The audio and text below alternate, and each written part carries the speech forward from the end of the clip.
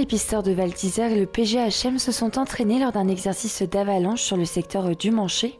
2 scénarios ont été imaginés avec 2 avalanches distinctes et non visibles l'une de l'autre avec une distance d'environ 150 mètres.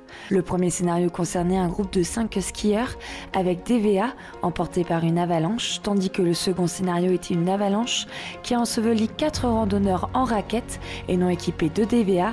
Un exercice grandeur nature qui a mobilisé une quarantaine de personnes, dont 4 volontaires qui ont joué le rôle de victimes dans la première avalanche, les pisteurs, le PGHM de Bourg-Saint-Maurice, un médecin du centre médical de Médival ou encore des moniteurs de ski et des volontaires.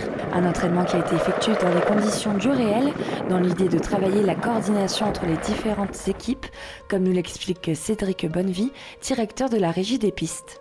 Au final, il y a toujours des choses riches à en tirer.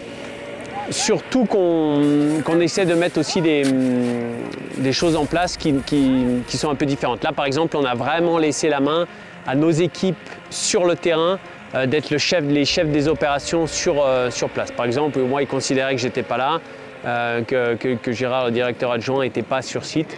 Voilà, pour vraiment, dans ces cas de figure-là, voilà, il faudra qu'ils prennent vraiment la main. Il faut vraiment sur chaque avalanche qu'il y ait un pilote, quelqu'un qui lead, qui prenne contact avec justement les renforts qui viennent, que ce soit aujourd'hui le PGHM ou d'autres, les médecins qui peuvent arriver. Voilà. Donc, en fait, c'est toutes ces choses qu'on a travaillé là. Et puis bien sûr, comme je leur ai dit, on a fait travailler un petit peu tout le monde. On a fait travailler nos maîtres chiens, on a fait travailler nos pisteurs au DVA, on a fait travailler nos pisteurs au RECO. On voit qu'il y a le PGHM aussi qui a amené un appareil qui s'appelle le Volfoon, qui travaille lui sur les ondes GSM. Du sondage bien sûr, avec des moniteurs aussi qui sont venus. Voilà, un petit peu tout ce qui peut être mis en place sur tout type d'avalanche. C'est rare qu'on ait ce genre de scénario dans la vraie vie. Ce serait vraiment pas de chance, mais au moins ça nous permet de faire travailler tout le monde.